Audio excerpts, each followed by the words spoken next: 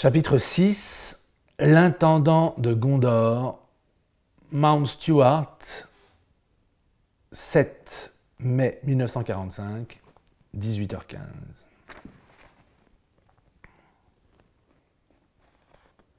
Je dois introduire, Premier ministre, notre camarade de jeu. Je vous préviens, il n'a pas été votre plus fervent soutien, mais il détestait encore plus les nazis. Soyez-en remerciés, répondit Churchill. Très timide, le petit homme bardé de tweed se leva et se confondit en confuses salutations, tempo allegrissimo.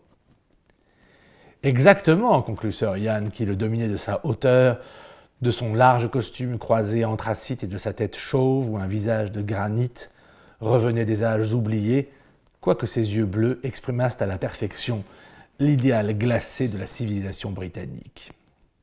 J'ai l'honneur de vous présenter le plus important de nos hommes à plumes, bien que lui-même l'ignore, et qu'on ne se prépare pas à le mesurer avant un siècle, John Ronald Reuel Tolkien. Je sais, moi, embraya vivement Churchill, qui tenta un bon sourire. J'ai lu vos notes. J'ai lu votre Seigneur des Anneaux. Votre livre 4 m'a terrifié. Je me suis arrêté au moment où Frodo est suspendu dans la toile de Shelob. Shelob, quel merveilleux et gluant nom. Quoi? Comment? Comment avez-vous pu... Vous l'aurez bientôt fini, interrompit Churchill. Mais, dit Tolkien en haussant la voix, Churchill fit une œillade à Sir Ian, il n'est pas possible que vous ayez lu. Le livre est à l'état de manuscrit et je... Que croyez-vous m'apprendre? Tolkien, coupé dans son élan, dévisagea son interlocuteur. Ainsi donc, le Bouddha qui avait combattu Hitler était en face de lui. Il avait maudit cette guerre. Il avait raillé dans ses lettres la passion que le Premier ministre cultivait pour la mécanique, qui avait entraîné son fils Christopher dans la RAF, l'arrachant à l'étude de Beowulf. Il avait haï plus que tout en parfait et stupide hobbit cette guerre inévitable, prétendant qu'il fallait cultiver les fleurs, boire de la bière et rêver du Mordor. Churchill était là, cher et haut, en train de le regarder, sans le moindre mépris pour le petit professeur qu'il était. Mais The Lord of... Non, comment savait-il? Comment pouvait-il? Mulligan était sorti un instant pour cacher sa satisfaction.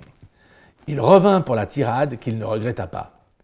Avec mes espions, j'ai pu regarder dans la chaussette de Herr Hitler, alors qu'il piétinait le monde depuis Garmisch-Partenkirchen. Vous croyez que je ne peux pas lire vos livres quand vous enseignez le moyen anglais à Merton College, tandis que votre épouse Edith fait les courses? Mais pas de mais, je vous prie.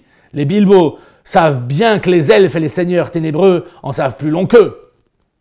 Mais depuis quand lisez-vous mon... Depuis que vous avez commencé, en 1939. Il faut dire que j'avais intercepté votre courrier à cet éditeur allemand, je ne sais plus comment il s'appelait, qui voulait faire traduire votre Hobbit, un livre raté, si je puis me permettre.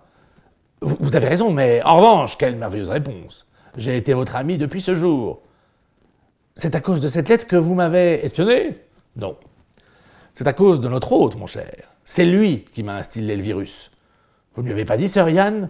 Demanda Churchill en se tournant vers Lord Bute. Nous n'avons pas échangé 3 mots depuis 2 heures, si j'accepte l'énumération des richesses de son potager et sa comparaison avantageuse avec le mien. Oui, eh bien, vous ne nous avez pas servi grand-chose ces dernières années, tenta Tolkien, en se tournant vers le maître de l'Angleterre, par provocation, pour reprendre la main. Quoi? Le sang, la sueur et les larmes n'ont pas nourri votre faim spirituelle? Répondit Churchill, goguenard. Vous oubliez le labeur, Prime Minister. Chez moi, il s'est réduit à bêcher. Speyside Malt, trancha Mulligan d'un air rogue. Il a des nuances d'abricot et de coucher de soleil sur la mer Égée. Leur caquet rabattu, les 3 hommes se renfoncèrent dans leur fauteuil et le whisky tint ses promesses.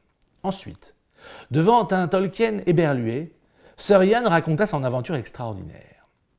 Il s'était rendu à Oxford pour des recherches sur Gibbons et Tallis. Un soir, il était allé dans un pub dont il avait oublié le nom.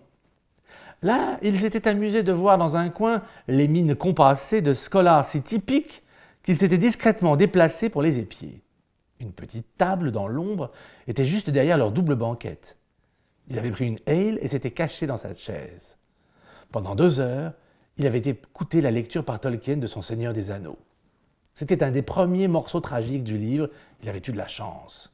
Car le livre ne donnait pas en tous ces morceaux cette impression d'un monde qui, d'un instant à l'autre, risque l'effondrement dans la nuit et la mort. Rien n'était plus précieux. Plus tard, un jour que Churchill lui avait envoyé une boîte de cigares pour son anniversaire, il était allé à la poste de Rothesay et, sous prétexte de le remercier, lui avait fait téléphoner à Downing Street. Aussitôt, le Premier ministre avait accepté la communication et Bute lui avait raconté sa séance d'écoute. D'un premier méfait accompli fortuitement, il fallait faire un larcin régulier. Telles furent les instructions de Churchill. Dès lors, chaque semaine, Dickens avait eu un concurrent involontaire.